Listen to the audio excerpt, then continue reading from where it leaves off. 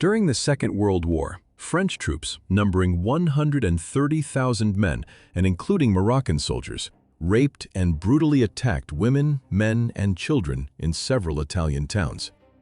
Today, we will examine one of the most brutal and difficult episodes of the entire war, the events known as the Marocchinate. Let me warn you now, this is disturbing material. I will be discussing sensitive subjects, so if you can handle it, watch until the end. The role of women in wartime. During the Second World War, many women were used and abused in every imaginable way, not only on the battlefields, as happened in the Soviet Union, but also on espionage missions and in the factories that kept the world economy running throughout the war. They also had to manage everyday life on their own, especially since so many of their husbands were fighting far from home. Many women also suffered in the notorious military brothels established in Nazi or fascist-occupied countries.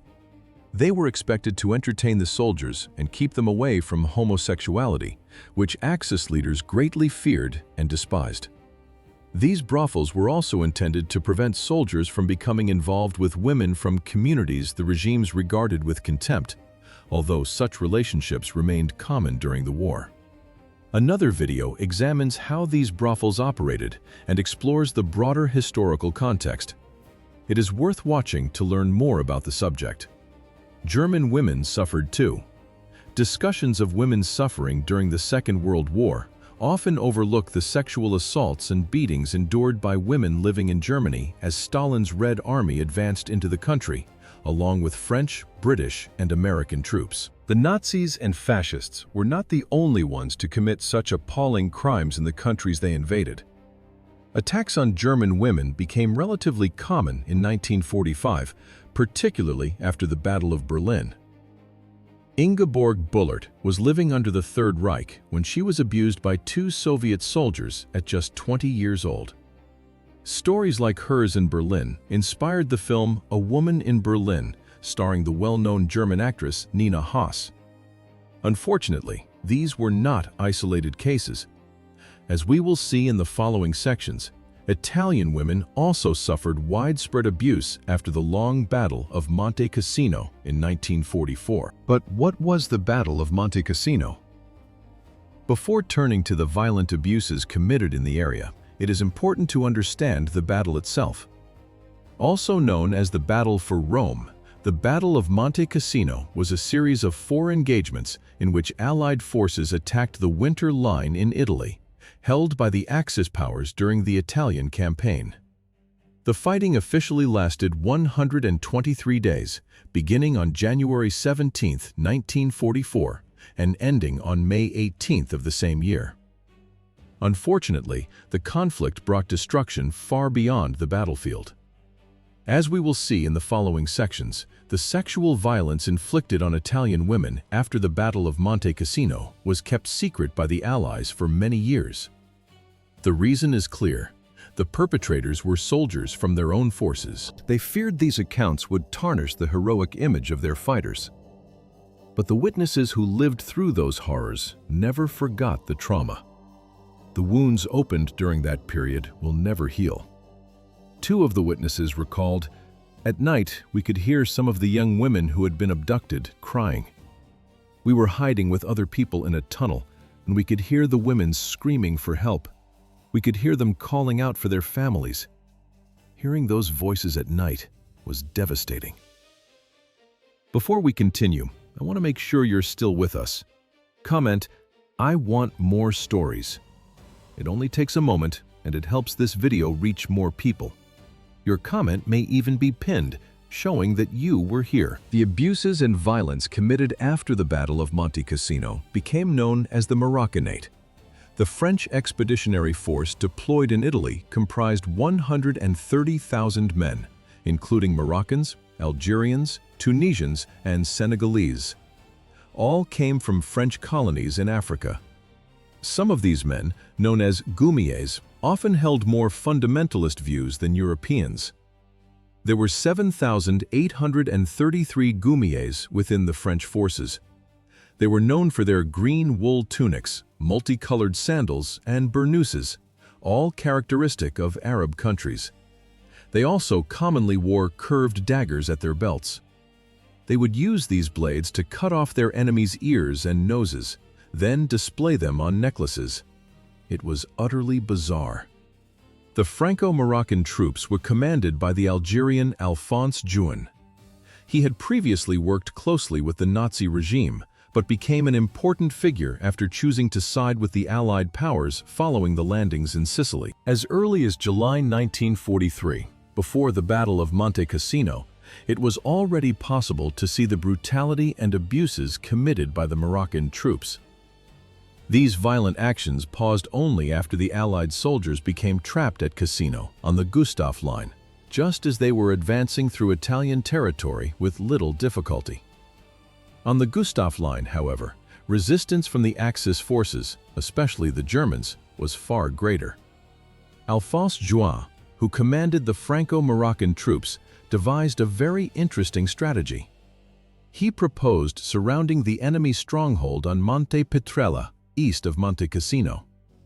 The Germans had left part of the area undefended, but they already anticipated that troops from France's colonies might advance and cause extensive damage there. The response was to warn the civilian population of Ciociaria with leaflets, telling them to leave and flee the area. This took place in May 1944. The population was frightened. After all, the French troops who might liberate the country from the fascists could also bring destruction, chaos, and trauma to its inhabitants. The Fascist National Guard managed to evacuate many of the local children. They were taken to some of the colonies in Rimini, while the civilian population chose to hide in tents and carts on a medium-sized plateau called Polica, directly below Monte Petrella. And, as we mentioned earlier, the Italians' fears proved justified. The French troops brought not only chaos, destruction, and death. The sexual abuses and violence were even more traumatic. The Allied advance and the beginning of hell. On May 14, 1944, the Allied troops achieved a major breakthrough. The German defenses were already weakening, and their collapse came during that period. That was how Allied soldiers reached Monte Cassino. The site was captured on May 18th. That day, the infamous battle came to an end. The following night, a division made up of thousands of Goumiers decided to abandon its camp and headed toward the mountain areas surrounding the towns and villages of the Ciociaria region.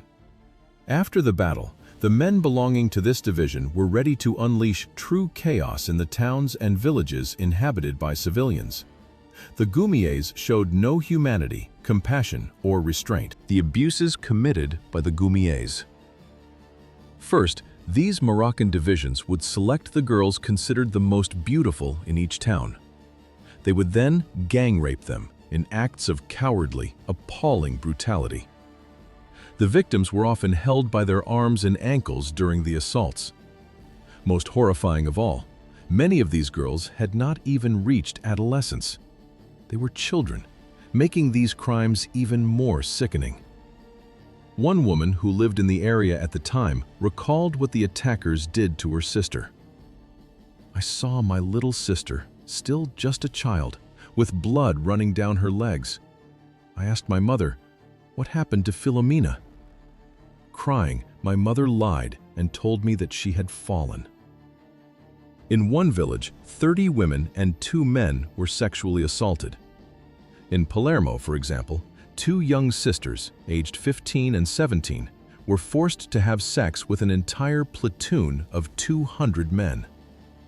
After these horrific assaults, one of the sisters died. The other suffered a psychotic breakdown as a result of the soldiers' extreme brutality and violence. The survivor ultimately spent 53 years in a psychiatric institution because of what had been done to her. The violence inflicted on civilians was not limited to sexual abuse. The cruelty extended to other acts of aggression as well. One witness recounts the following. "Some soldiers saw a girl wearing earrings. Those bastards. One of them literally tore the earrings out with his bare hands. It is impossible to describe the pain." Men were abused as well. One of the most outrageous cases involving sexual violence was the abuse of a 60-year-old man by 300 Franco-Moroccan soldiers. This gang rape was not an isolated incident. Several other men living in the small towns near the site were also assaulted. The houses were looted as well. The Goumiers took anything of value. In short, it was a profound humiliation. There is evidence suggesting that one of the abused men was a priest known as Dom Alberto Turilli. The priest had been trying to protect two girls from being abused. They were only 6 and 9 years old. But the Franco-Moroccan soldiers did not care. The priest was then tied to a tree and sexually abused for at least an entire night. He died sometime later after suffering multiple internal lacerations. As we can see, the cases only become worse, revealing just how inhuman these soldiers were. More senseless acts of violence. In the nearby town of Pico, Italy, the soldiers decided to commit the grotesque act of crucifying a young girl alongside her sister. Meanwhile, they forced the girl's entire family to watch it happen. War has always been known to involve great cruelty and violence, but this kind of aggression against a population that was just as much a victim of fascism and Nazism as the people living in the nations invaded by the Axis is truly unjustifiable. Here we have another account of what happened. When this tragedy happened to me, my cousins and other people were there too. They started shooting because we would not give them what they wanted. They wanted to frighten us. But what about the commanders? Didn't they do anything to stop the abuses? The famous General Charles de Gaulle had overall responsibility for the French Expeditionary Force. But General Alphonse Juin commanded the Franco-Moroccan troops, as we mentioned earlier. Even so, both men knew what was happening in the Ciociaria region. That does not mean they did anything to stop the Goumiers' horrific acts. In fact, Alphonse Juin may even have encouraged this hateful behavior among his troops. From their point of view, one could argue, this was a form of revenge for the attacks carried out by the Nazi fascists elsewhere in Europe. The problem was that this revenge was disproportionate and directed at people who had absolutely nothing to do with what had happened before. Hundreds of impoverished civilians, women, children, innocent men, and the elderly suffered abuse, robbery, beatings, and cold-blooded murder at the hands of troops from countries colonized by the French. Even the animals living in the surrounding area were not spared. It was in Polica, Italy, that the horror reached its worst point in the entire war. Various reports indicate that girls, boys, and the elderly were all subjected to rapes marked by a cruelty beyond ordinary crimes. Men who tried in any way to defend their families, neighbors, or friends were sodomized by the invaders, shot, castrated, and often even impaled while still alive. In short, anyone who tried to resist was unlikely to meet a peaceful end. Here are several more testimonies that illustrate this. At the top of the mountain, a poor father who tried to defend his daughter was killed. Another survivor said, "There were 2 of them. One went inside while the other stayed outside. When my father saw the one who had entered, he said, 'What's happening now?' He tried to stop the invader, but the one who had stayed outside shot him. He died instantly. His head was left behind. My father." The Goumiers used brutal methods even to enter the homes of townspeople. They would usually knock at the door. If no one opened it, they would break it down and strike the occupants in the head with rifle butts. Once the victims lay unconscious on the floor, the Goumiers dragged them several meters away and began the abuse.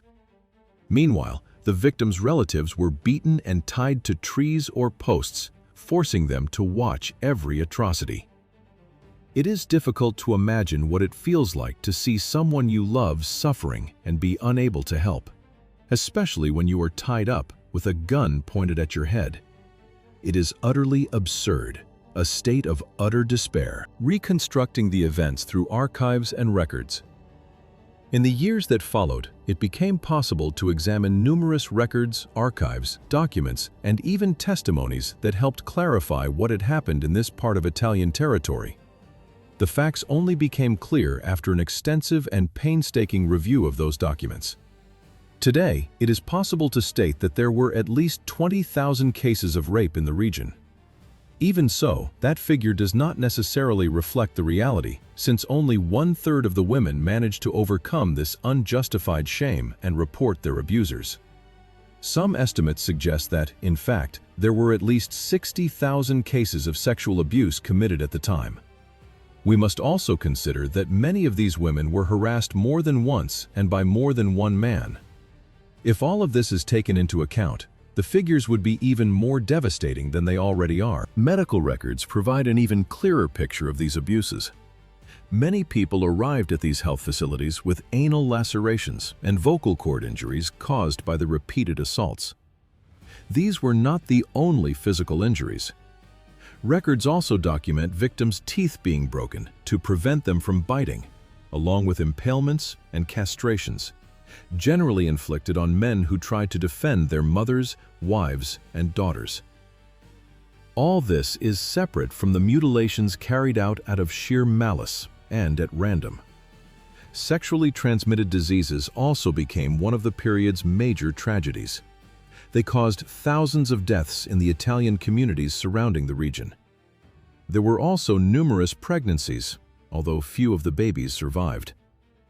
Many women did not want to carry a child conceived through rape and ended up performing abortions at home. In this way, the evidence of the atrocities committed would be reduced. After the war ended, the orphanage in Veroli eventually took in about 400 unwanted children born as a result of these abuses. Were the North African Goumiers the only troops involved in these abuses? No. Although the division recruited in North Africa became notorious as the main perpetrator, white French soldiers also took part in this extreme violence on Italian soil. This was not simply a matter of ethnicity. French soldiers of European origin made up around 40% of the entire force. It would be irresponsible to attribute every sexual assault and beating to African Goumiers.